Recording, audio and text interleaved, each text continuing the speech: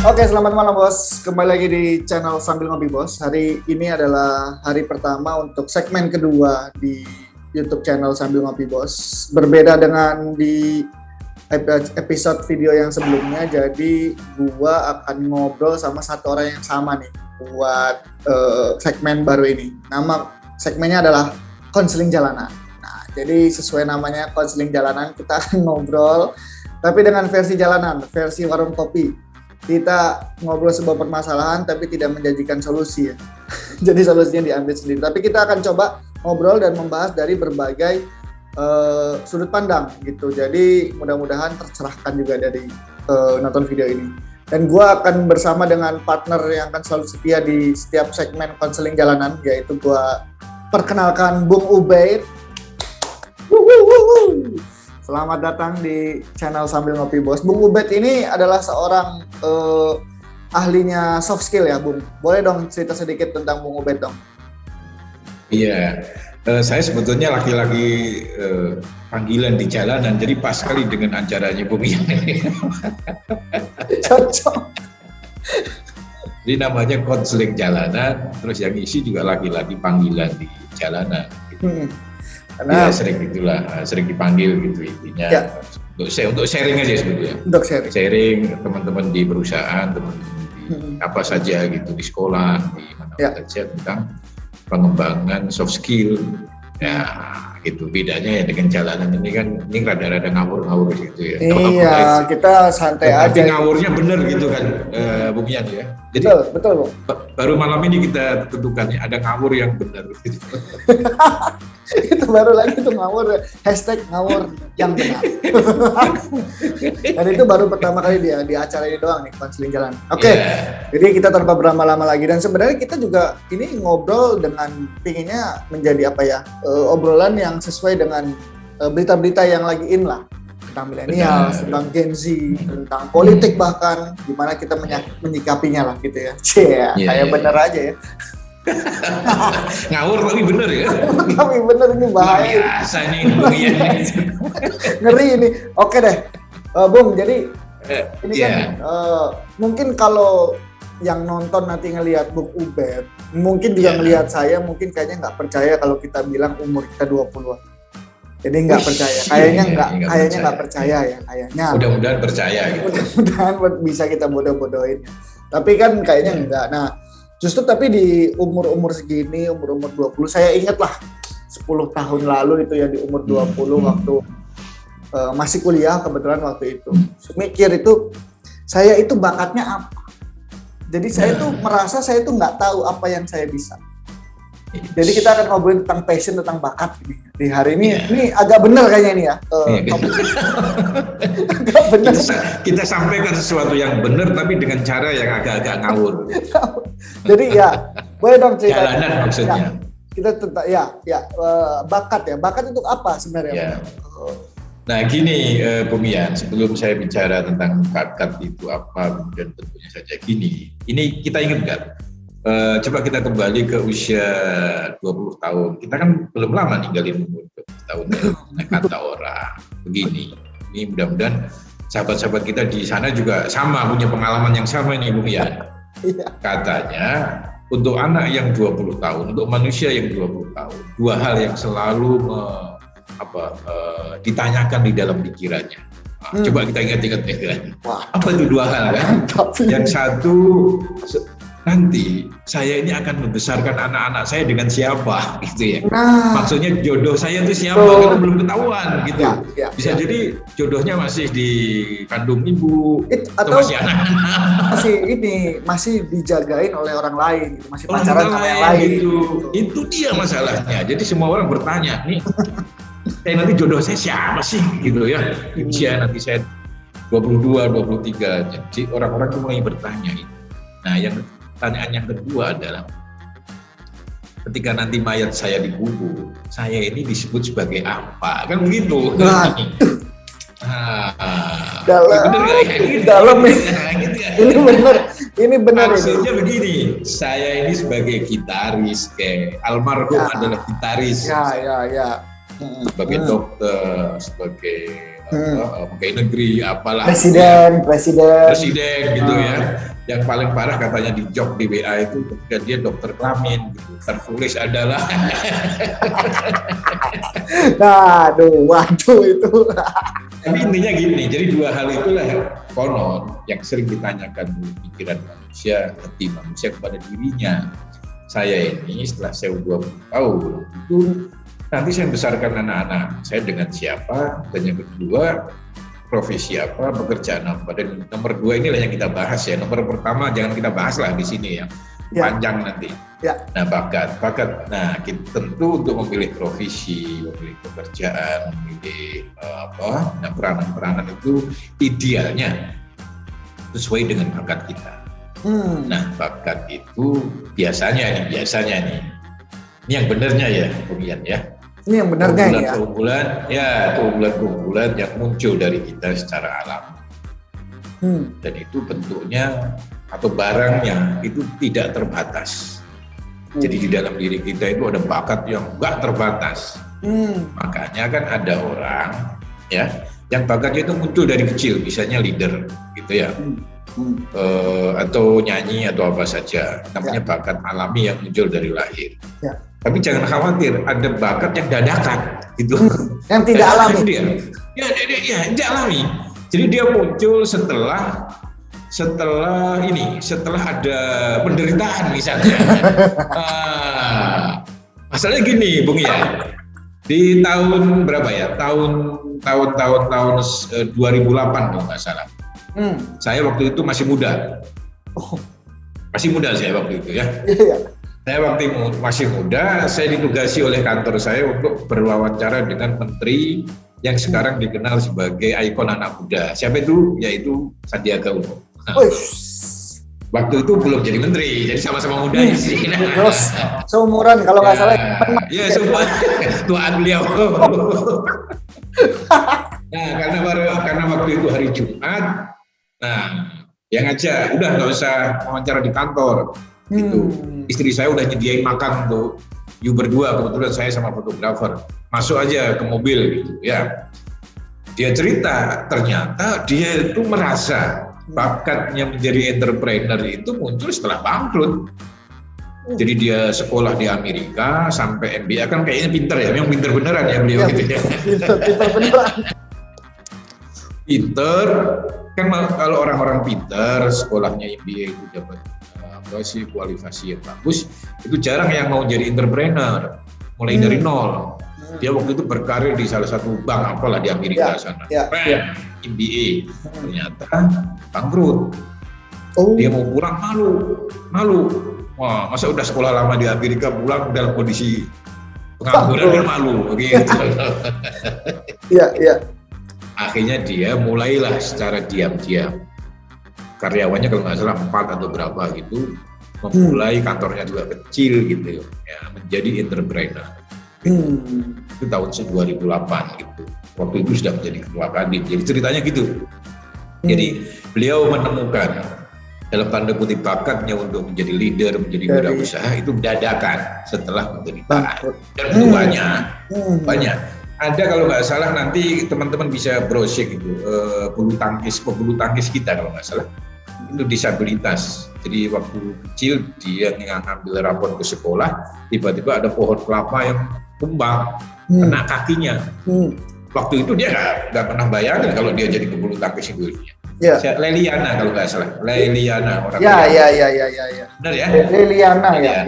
Ya kalau nggak salah ya. Itu Leliana Natsir itu bukan? Bukan. Saya lupa namanya. Pokoknya Leliana. Pakai jilbab, nah dengan kaki satu, kan orang nggak bayangin dia juga kan, kok bisa saya jadi main ini ya, gitu. Jadi banyak orang yang menemukan bakatnya secara dadakan, asal mau belajar. Tadi itu Bung Ian, kuncinya jadi intinya Bung Ian itu belajar dan kerja keras. Nah, jadi ini teman-teman juga perlu kita isi ini ya. Saya sharing aja ini ya.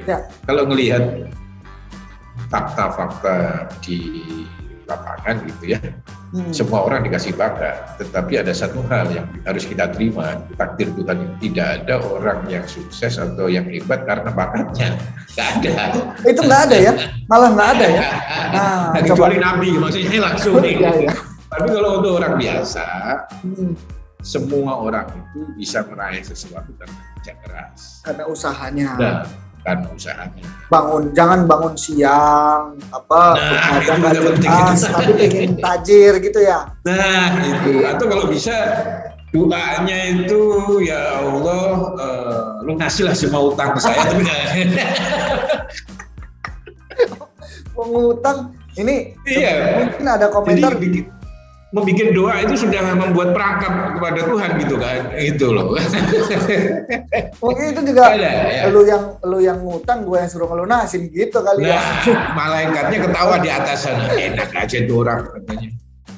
Yang mau ngutang nggak pernah bikin. Gue yang bermotor, gue yang ngelunasin. Iya, gitu. Jadi malaikatnya bingung. Gitu. Atau gini kan ya, Bung Ian ya, di masjid-masjid itu kan suka ada doa. Ya Allah, berilah aku ilmu yang bermanfaat. Terus berikanlah aku ilmu seperti ulama abad dan bla bla bla bla gitu ya. Tapi di masjid itu nggak ada perpustakaan. Jadi malaikatnya di sana gede-gede gitu. Gila, itu orang doa katanya. Ya, pengen dikasih ilmu tapi begini doang. Iya. Ya benar. Berarti sebenarnya harus berimbang antara doa dan usaha juga. Itu ya kalau dibahas di agama begitu. Jadi nggak ada rumusnya. Mana doa atau mana yang kerja, jadi dua-duanya. Iya. Bahkan saya ingin nambahin nih Bung Ian. Ya. Ada ungkapan Thomas Alva Edison, itu kan orang yang legendaris ya. Pernah dijadikan ilmuwan yang hak patennya terbanyak, belum ada yang nandingin dia ya. Jadi suatu hari dia ditanya, tapi ini anekdot atau kisah yang nggak jelas nih, tapi intinya pelajarannya sama, ngawur tapi bener gitu ya. Ngawurnya itu ini nggak jelas, ini ceritanya kapan ini ya, tapi isinya benar. Jadi ketika kegagalan dia itu sudah 10.000 kali, kan ngawur itu. Mana ada orang itu kegagalan 10.000, tapi ini mungkin bahasa simpel. Ditanya oleh wartawan, kok Anda masih uji coba terus, ini Anda gila katanya. Saya nggak gagal katanya, saya biasa aja. Gitu. Gagal itu kan definisi orang. Buat saya itu setiap hal yang saya melakukan sesuatu, kemudian tidak berhasil, itu di sana saya menemukan sesuatu yang baru buat saya. Jadi itulah yang buat saya terus kerja keras. Nah, ketika dia udah sukses, sudah hak patennya udah ribuan gitu, ditanya apa sih rahasia kesuksesan Anda? Apa ada jenius?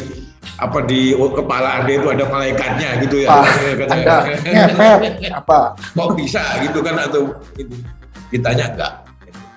Jenius itu 99% itu perspirasi. Perspirasi itu artinya keringat, kerja keras.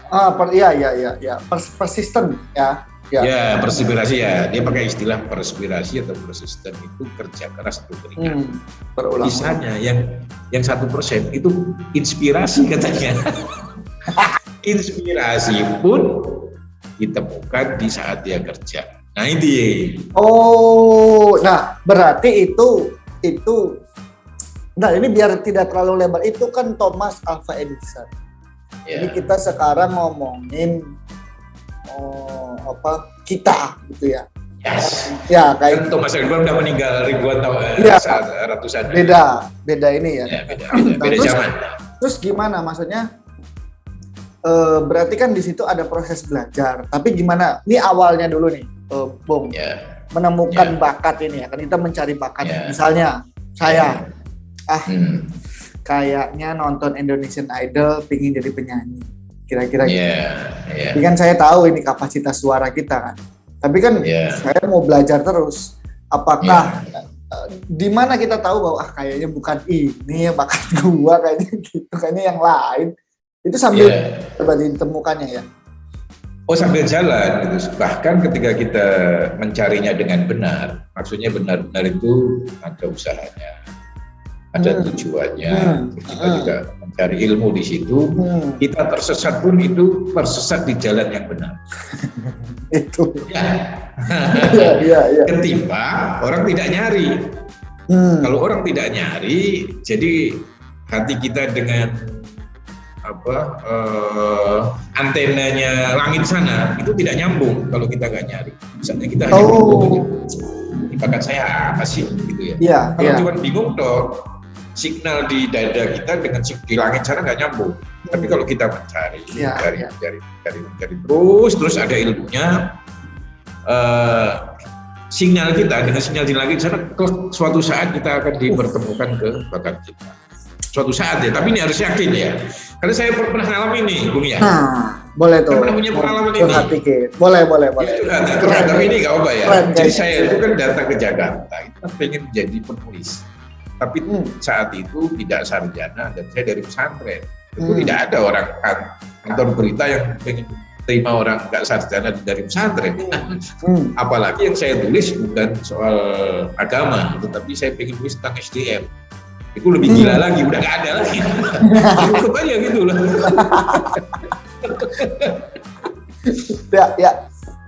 Ya karena tertutup, saya kerja apa aja.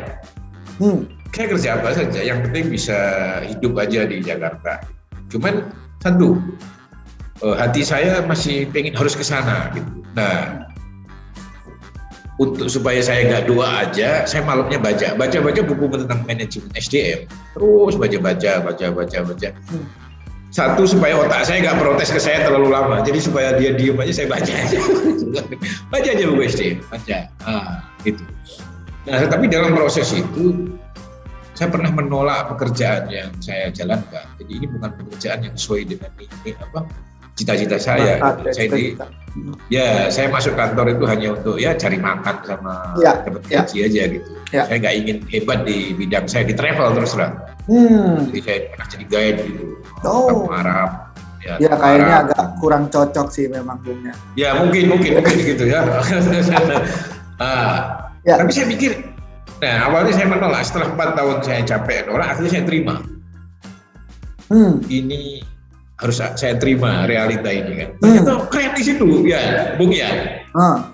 Setelah saya terima dengan baik itu, ridho itu, realita itu, ternyata di situ, keren. Jadi jalan terbuka, Bung ya. Tidak lama kemudian kantor saya membuka network baru dengan Amerika dan Eropa. Dan satu-satunya orang yang diminta oleh bos untuk berada di network itu saya. Orang paling muda kan. Maksudnya bisa disuruh-suruh gitu. Murah. Paling muda. Murah. Apa ajaibnya? Salah satu tim dari Eropa itu adalah profesor di bidang manajemen. Nah, untuk pertama kalinya saya lulus pesantren membaca buku manajemen asli berbahasa Inggris. Waktu itu masih mahal, belum ada kayak sekarang itu, belum ada.